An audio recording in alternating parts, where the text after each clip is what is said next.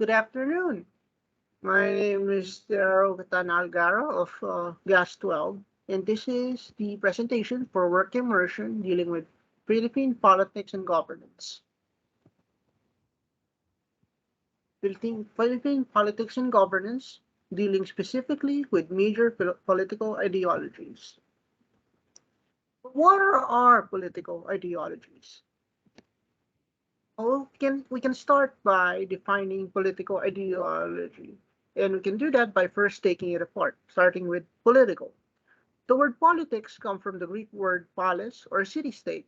The meaning of politics and political relate to the governance or pagpamamahala ng region, like a country or a city. Ideology, on the other hand, is a system of ideas and ideals. Ideas in this context is a person's belief in something. For example, religion. Ideals is when a person considers something to be perfect, like say the perfect spot in a beach, that the ideal spot in a beach. The basic meaning of ideology in this case is then the perfect system of ideas. Combined, political ideology is what a person sees as their perfect government, which is why there are a lot of political ideologies and why everyone argues and debates about it. Because they, again, believe their political ideology is the best or the right one. These are just some of the examples of political ideologies and their very simplified meanings. Liberalism, sometimes known as the left or the reformers. Conservatism, sometimes known as the right or the traditionalists. Socialism, state or population ownership. Communism, citizen ownership. Capitalism, corporate ownership. Fascism, far right or authoritarian. But what is liberalism? Oh, let's define it. Liberalism is a political and moral philosophy. It is based on the rights of the individual, their liberty or their freedom. It is the consent to be governed and the equality before the law. It also deals with the protection and improvement of a person's belief and personal freedom, allowing different beliefs and behaviors. They are free to be different, basically. It To simplify it even further, it just means they have individual freedom. A better way to understand this by watching the video on liberalism by The Economist. What have liberals ever done for us? Sure, they gave us liberty, metropolitan intellectuals, and soya lattes, but where did they come from? And why has the liberal elite become a term of abuse? Liberalism is a worldview based on liberty and equality of opportunity. Liberals value free trade, open competition, and freedom of expression. In recent years, populist movements have attacked the liberal cause. They prefer keeping jobs for their own people, shunning immigration, and favoring domestic production over imported goods. Protection will lead to great prosperity and strength. Populist movements have won referendums and elections in Britain, America, Poland, and Hungary, while France and Canada are holdouts for the liberal cause. Notre tâche est immense, mes amis. Populists think liberals have become too elite, removed from the concerns of ordinary people, and strayed too far from their founding principles. So, what were they? Back in the 17th century, elites really did rule the world. Kings and queens reigned by divine right. The state dictated your religion and owned your house and land. But then, along came two English philosophers, Thomas Hobbes. The law is the public conscience. And John Locke. The end of law is not to abolish or restrain, but to preserve and enlarge freedom. Hobbes introduced the idea that people give up natural rights to freedom in exchange for security and protection. According to Locke, this social contract was rooted in the duty of all individuals to respect the rights of others. The liberals that came after Hobbes and Locke believed in equal opportunity for all. Well, all white men. They said people should be allowed to keep the fruits of their labor and have the freedom to fulfill their dreams. Instead of going to war to gain wealth, countries should embrace trade and treaties. This new philosophy would be put into practice most diligently on the other side of the Atlantic. America was founded on the principles of equality and individual liberty. It became the world's first liberal society. We hold these truths to be self-evident, that all men are created equal. Soon after, the French overthrew their monarchy and replaced it with a liberal People's Republic. But it was the Industrial Revolution that galvanized liberalism as the world's dominant political theory. A seismic shift towards self-made wealth replaced the inherited power of the aristocracy. Liberalism has underpinned Western democracy ever since, but it evolved during the 20th century. Across the world, liberalism has made more room for government involvement, providing education, welfare, and regulating the markets. But in America, the word has been hijacked. Liberalism is now used as an insult to describe left-wing progressives who support political correctness and bossy governments. Populists argue that today's liberal elites are just as powerful and aloof as the old aristocracies. Rampant commercialization and globalization have left many people behind. We've been here before. In late 19th century America, so-called robber barons formed vast empires and accumulated massive wealth. Politics became corrupted, giving a sense that society was dividing into winners and losers. But a succession of reformers, like President Theodore Roosevelt, took on these business aristocracies and cleaned up government. All this helped to enhance social mobility. Just as liberalism reformed itself then, it must reform itself again. The rise of populism is not the death knell for the liberal project, it's a call to action. Up your game, or else.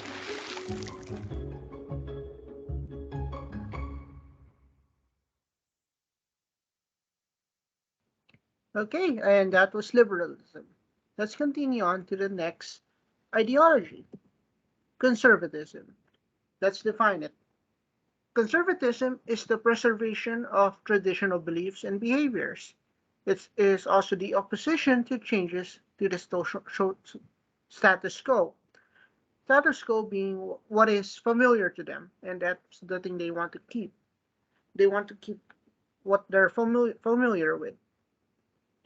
Of course, conservatism also has differences that vary with what what a person believes to be conservative in this case, like say the allowing the government to meddle or intervene in the economy being one of them. Of course, there's another video for this that should be able to explain it.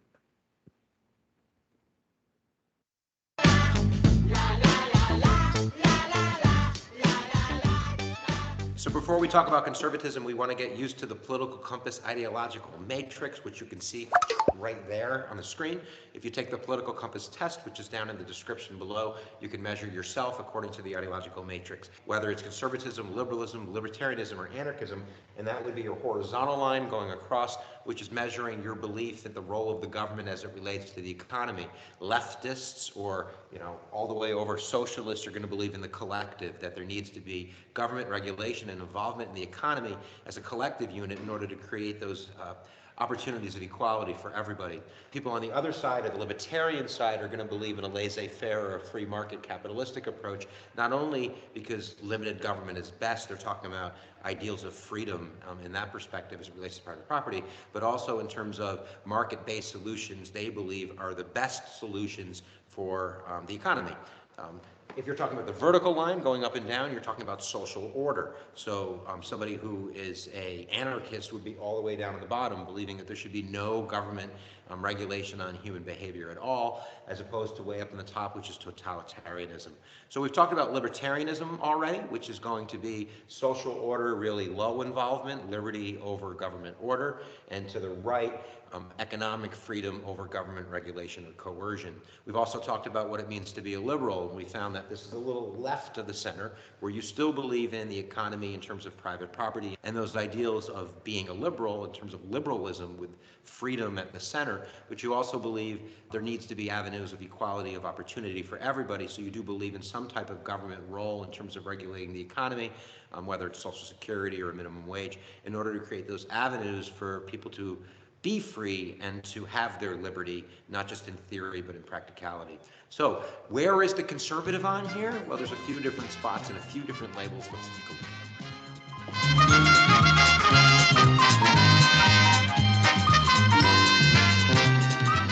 So in terms of the modern definition, if somebody says, I'm a conservative, there's really two ways you could split that. They're definitely going to be an economic conservative if they say they're conservative. Libertarians are economic conservatives because they believe in the free market approach. They believe limited government is best, and also back to that ideal of liberty over everything else. So if you're taxing me without my permission, income tax or something like that, you are in a sense taking my money. You're a thief in order to create economic opportunity for somebody else. So in terms of economic conservatism, that's always going to be true. Conservatives in the Republican Party, far back as Lincoln, are going to believe that, and so is Ronald Reagan, and so is a George Bush. So that type of economic conservatism isn't going to change. Really, what we're going to split hairs about is social conservatism, sometimes also called Christian conservatism. And really, this develops first in the Democratic Party as really being kind of a Southern party. This is pre-1960s. People that believe in social order. These are characteristics of a social conservative. They believe in values, in some type of universal truth, that we have tradition and that we have our roots in Christian Judaic culture, and that needs to be upheld with the role of the government doing that. So in a sense, a traditional conservative who might be in love with the 10th Amendment, who might say that states should have the right to experiment in the republic in order to create what's best for their localized population, a social conservative would say, hey, back that bus up, because if we have a state that's going to legalize marijuana or is going to legalize gay marriage or is going to limit the right to bear arms, we have a problem with that. We believe that the government has a role in creating this type of social order that we see as the best for the republic. And this is why a conservative, a social conservative, is moving up. And I know it's a scary word, but they're moving up towards totalitarianism. That doesn't mean they're a believer in totalitarianism, but they definitely believe that there's a role in the government to support, to facilitate, to uphold some of these values that we've had in our past, whether that relates to traditional marriage or it's a pro-life stance or a very traditional view of the Second Amendment and the right to bear arms, or how we run our schools in terms of saying school prayer or having some type of religious influence in the public square. A social conservative say that ranks pretty high if we're going to maintain our superiority as a culture, as a people. So therefore, they're willing to use government control in order to enhance what they see as the best liberty for everybody. And then, of course, people that believe in diversity or in secularism, this idea that religion should be kept away from government, are going to disagree with that. They're going to fall towards that libertarian view. And that's why libertarians and liberal have something in common. They have something in common when they're talking about social order and the role of the government. Both sides are going to say it's best that we let people make up their own minds and act accordingly. There's some other types of conservatives. You might have heard the term neoconservatism. Conservatism is also rooted in a very strong belief in sometimes patriotism or nationalism in the military. And this is, again, where libertarians are going to split off. So libertarians who are, to the right but down in that quadrant are going to say, it's best that we mind our own business. It's best that we have a limited military just to defend the nation's border. Libertarians are not very nationalistic. They believe in the individual. But a neoconservative sees a special role in the world that the United States has to play, and they would point to maybe some of the ideas of us spreading democracy in other cultures. And of course, the Iraq War is really hedged on kind of that neoconservative idea that we're bringing democracy and Western values of freedom and equality and respect and all of that stuff to other cultures. So a neoconservative doesn't necessarily have to be a social conservative, but they definitely believe that there's a role for our culture worldwide. So that's a whole bunch of conservatives, guys. Let's sum it up.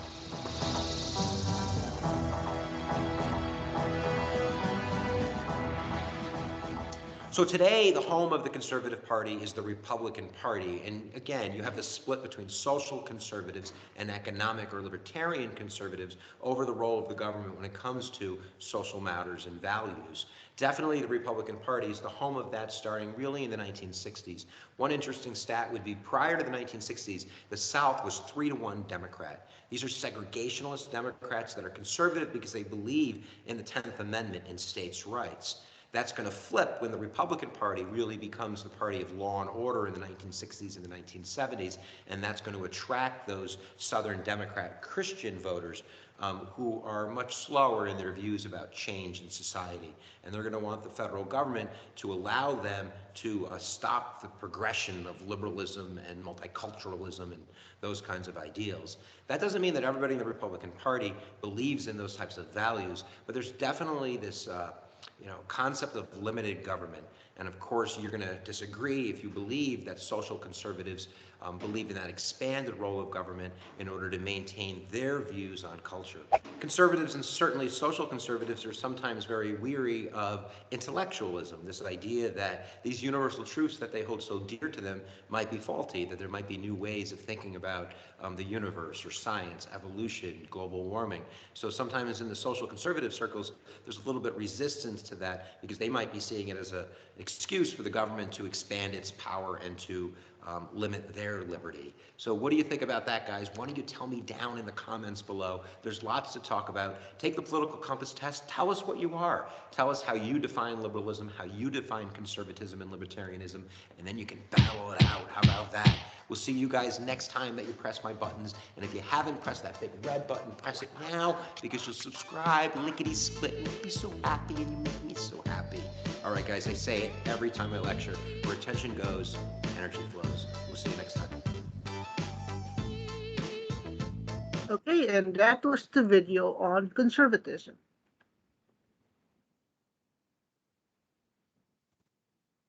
The next ideology is socialism, and it's defined as opposing private ownership. Largely, this would be the companies and such, McDonald's, Jollibee, Meralco in the Philippines. But it's also the belief that all people are equal and should share equally in a country's money or its political systems. It's also the idea that common or public ownership of resources and the means of production leads to a more equal society. Of course, another video. What do Scandinavia, Bernie Sanders, and the Soviet Union have in common? Well, arguably the most misused theory of all time, socialism. The word is thrown around in popular culture and political discourse as both a pejorative and a compliment. But how can the same system be behind both the Nazi Party and Finland's world-class education system? What exactly is socialism? Well, in its most simple form, socialism is when a population collectively owns and controls the means of production and distributes the end result proportionally. In practice, however, control is usually delegated to the state, while the distribution usually comes in the form of underlying social welfare to satisfy everyone's basic needs like housing, education, and healthcare. The end-all purpose is to guarantee a level playing field for all members in a society, thereby removing class distinctions based on ownership. For example, in the US's capitalist society, high-quality education is expensive, meaning that those who can afford it are generally given better opportunities. Those who can't are forced to compete at a material disadvantage. This leads to class inequality, not on the basis of talent or ability, but on generational wealth. By comparison, in countries like Finland, where high-quality education is free, everyone is given the same opportunity to succeed or fail, regardless of their financial status.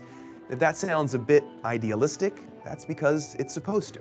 Early socialism was predicated on the idea that if we could eliminate classes and have true societal equality, it would be a utopia. In fact, earliest modern form of socialism was called utopian socialism. It's important to note that there are no 100% socialist countries, but rather different socioeconomic systems with socialist undertones. Even the Union of Soviet Socialist Republics, which literally has the word socialist in the name, has been called a far cry from real socialism. The same is true of Nordic countries, which employ socialist programs combined with a capitalist economy. But why are the Nordic countries doing so well, while Russia is still recovering? Well, like any political system, socialism has a countless number of variations. The two most dominant are social democracy, as practiced by Sweden and Bernie Sanders, and the Marxism-Leninism form of socialism used by the Soviet Union, China, and Cuba. A social democracy generally prioritizes improving quality of life through equal rights and opportunities, bolstered by a state-run welfare system and on top of a capitalist economy. On the other hand, Marxism-Leninism prioritizes the infallibility of its dictatorship government. The rationale is that any benefit to the state would also be a benefit for the people. However, in practice, this has meant that the ruling party can massively depreciate the population's standard of living for the good of the state. Although both strive for similar utopian socialist goals, the way they approach them is very different. These examples show that socialism, along with its logical extreme, communism, may be backed by rational theory, but requires rational practice to go along with it. Socialist democracies are the happiest countries in the world. Other socialist-leaning countries like China and Cuba suffer from terrible human rights abuses like modern slavery and censorship. Maybe the best takeaway is not to trust anyone using the word socialism to describe radically different political theories. Just because salad is in the name doesn't make fruit salad, potato salad, and Caesar salad the same thing. If you'd like to learn more about libertarianism, anarchy, and other political ideologies, check out our full playlist here, starting with communism. Although similar ideas have existed both naturally and intentionally since Okay, and that is the socialism video that discusses socialism in short. So, of course, communism, the logical extreme, as the video said. Communism is the removal of social classes. That means no lower, no middle, or high class. That means no poor, no rich, and anyone in between. It's a society where everyone works as much as they can and receives what they need, or a social and political system based on this belief anyway. It is self-governance, free from outer influence. That means it doesn't necessarily have any government to speak of. It's the people governing themselves. And no video because that's for later. So let's define capitalism.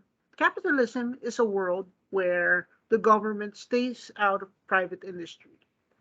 The prices in the distribution of goods and services are mainly determined by the competition or, as most cases, the lack of it. The lack of competition, I mean. It is a society that has an economic system in which the goal is, unfortunately, to make as much money as possible for the company. But sometimes it also impacts the government, but mostly the company.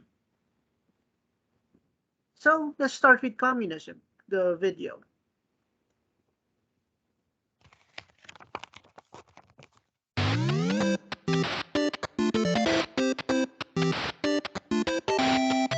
Consider, my dear viewers, a world without money, without class divisions, where everyone gives according to their abilities and takes according to their needs. Sounds pretty sweet, no?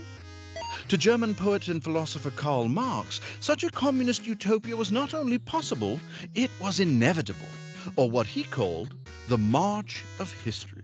Though deeply influenced by Hegel, who proposed that history develops through the abstract concept of world spirit, Marx believed that it is not conflict of ideas that propels history, but rather conflict arising out of our relation to material goods that will bring history to its end, specifically our working conditions. Marx calls this historical process dialectical materialism.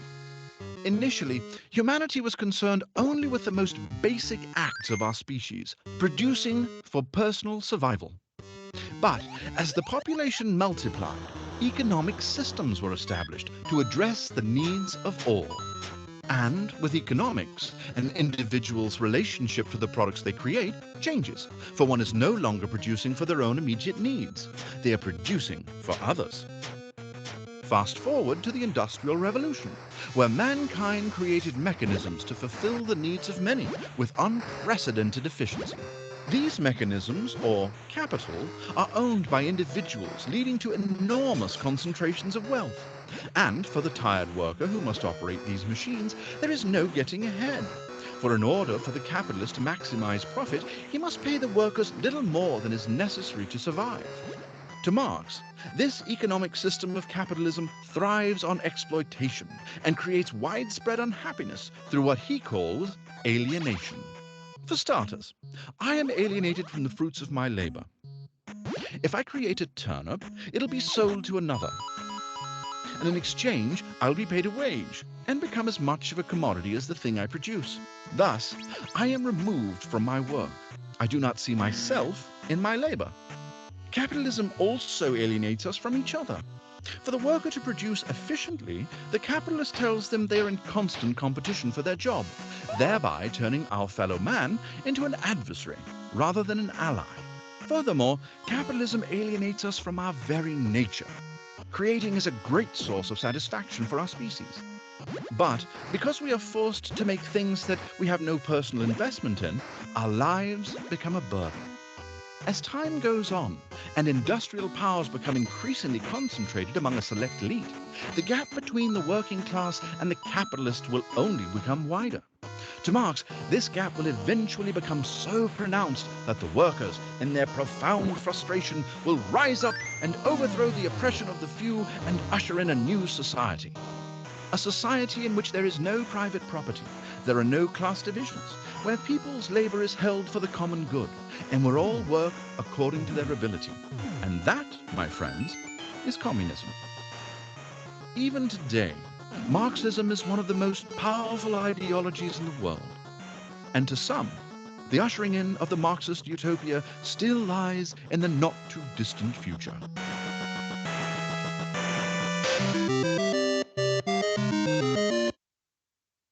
And that is communism. Now the cap for capitalism.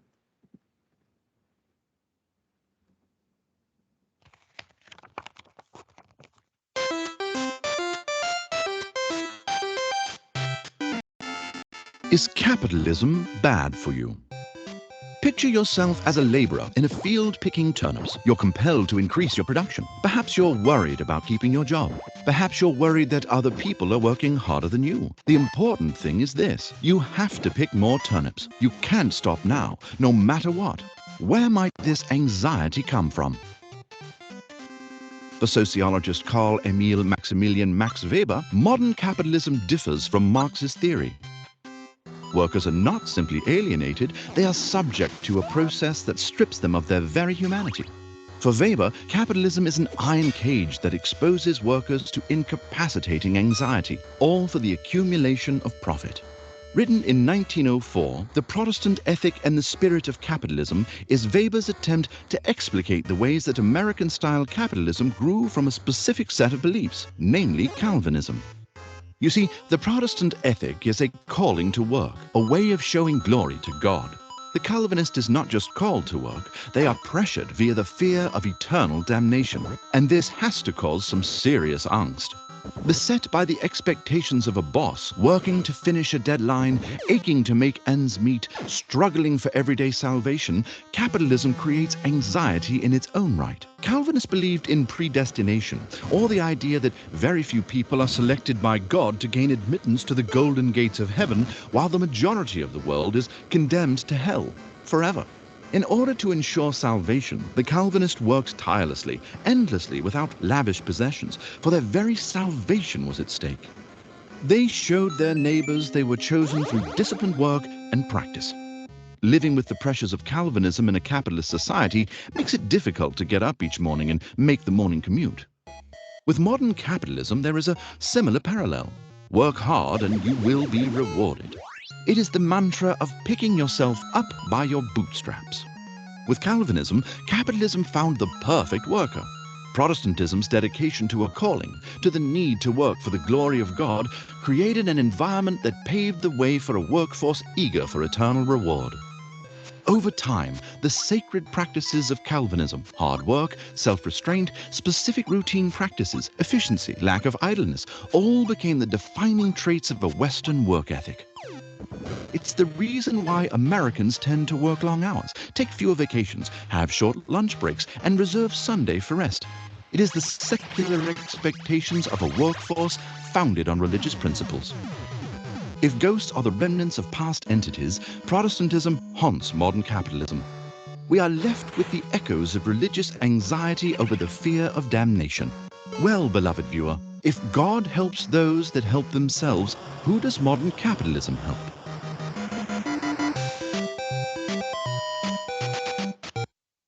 And that was capitalism. Now for the fascism, the topic that I went into earlier by accident.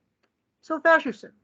Fascism is defined as a government ruled with an iron fist, sometimes a dictator. They suppress opposition and criticism. It is also all about the collective, the nation group, as opposed to the individual, the opposite of liberalism. It is about a powerful leader, and it happens to be the only leader in a fascism ideology.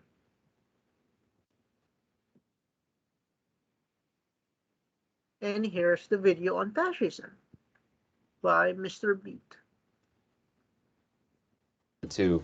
Anyway, when I first started teaching about fascism to these poor kids, I had a hard time explaining it. When I looked online for definitions, it was hard to find a definition that was historically accurate. And when I did find one, it was just ridiculously complex.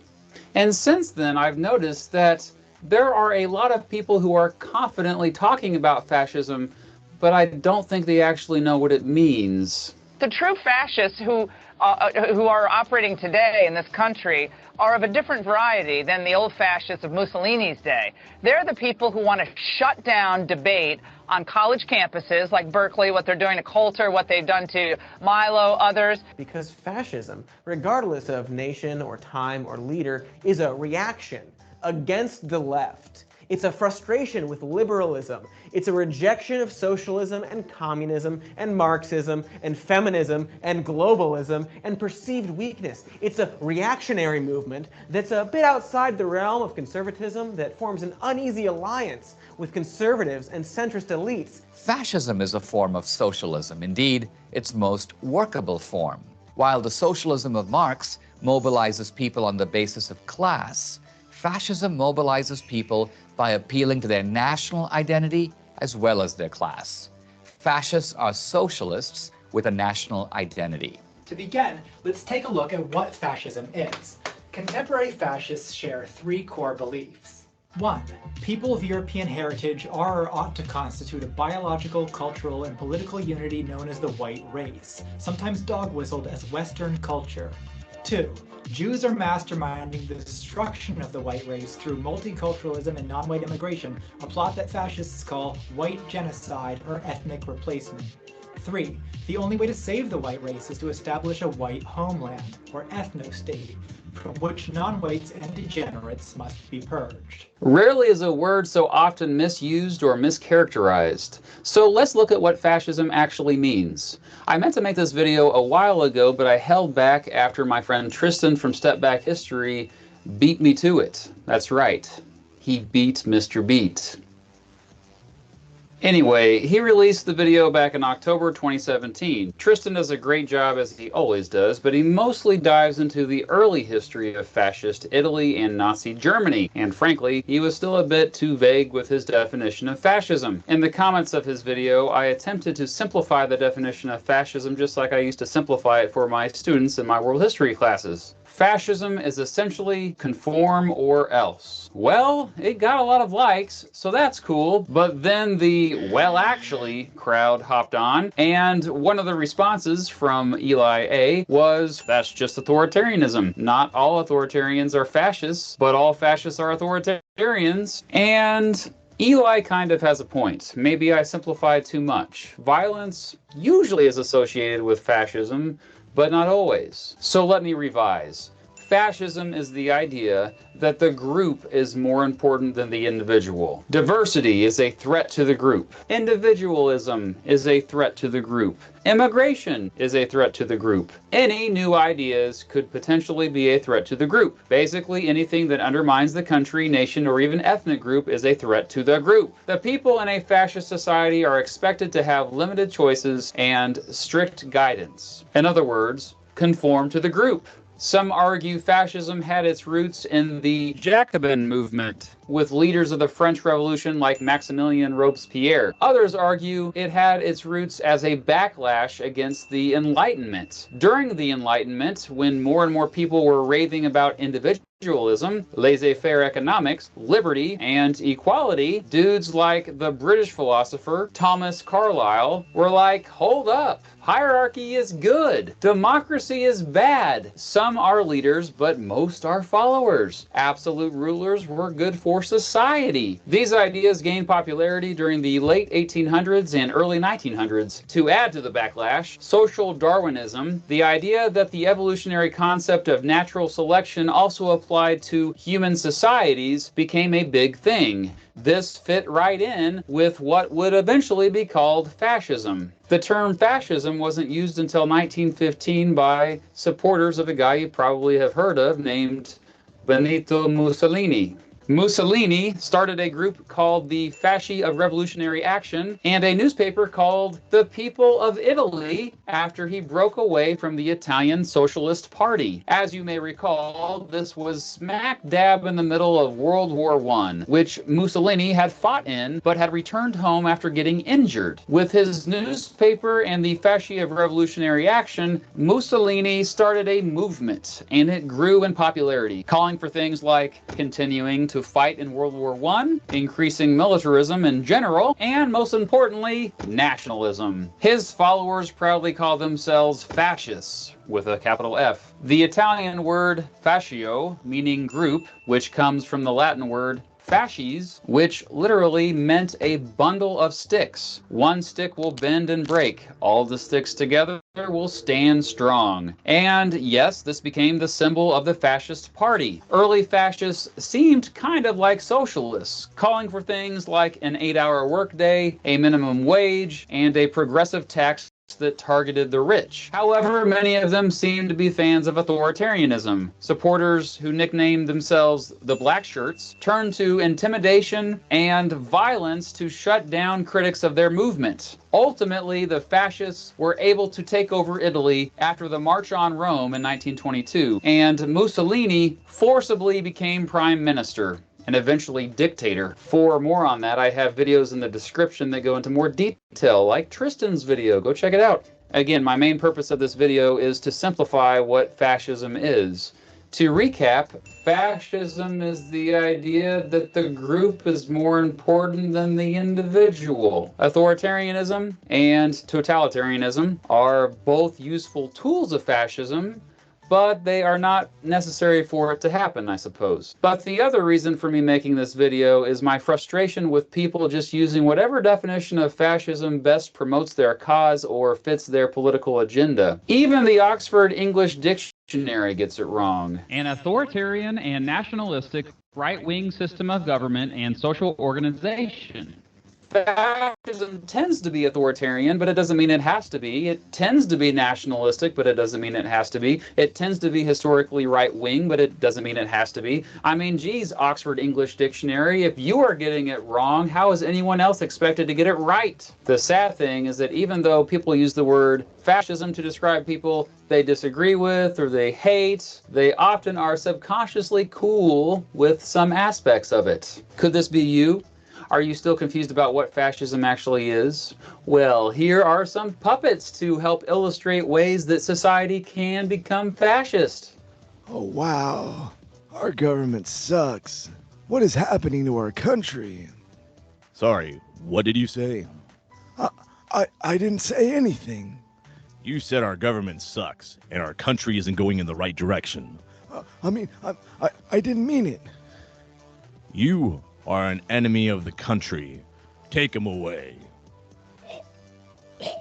There is a group of people that is making this country lose its way, taking our jobs and making us less by being here. We have to get them out by whatever means necessary. You! Jim Jet from the Disassociated Press, why do you keep locking up people with blue hair? We need to protect the state. We cannot keep a country going without breaking a few eggs. Speaking about breaking eggs, Jim Jet, that's the last question you're ever going to ask. Everything is fine. People are not being taken away to detention centers, separated from their loved ones. But isn't he just a human? Human? He's our savior. We owe everything to him. I'd give my left arm to him if I hadn't already given my right arm at the factory. Thank you, Paul, and all the puppets of the Felt Show for helping me make this video. They are all terrific actors, very funny too. I put a link to a video in the description to one of their videos. Go check it out. Also, next week I will be returning to the Compared series, and I'm really excited about this one, so hopefully you'll watch it. Thanks for watching this one. If you're not going to watch that next video, at least you watch this one. So yeah, heck yeah, you fascist. Okay, so it looks like I may have defined fascism wrong according to this video, but hey, that's why there's a video, so that you can do a better job of explaining compared to me. And it seems that's the end of our presentation. I hope you learned something about political ideologies, or at least some of the major ones, and you can search for them yourself and get your own opinions and understanding. I hope you enjoyed the presentation, and goodbye.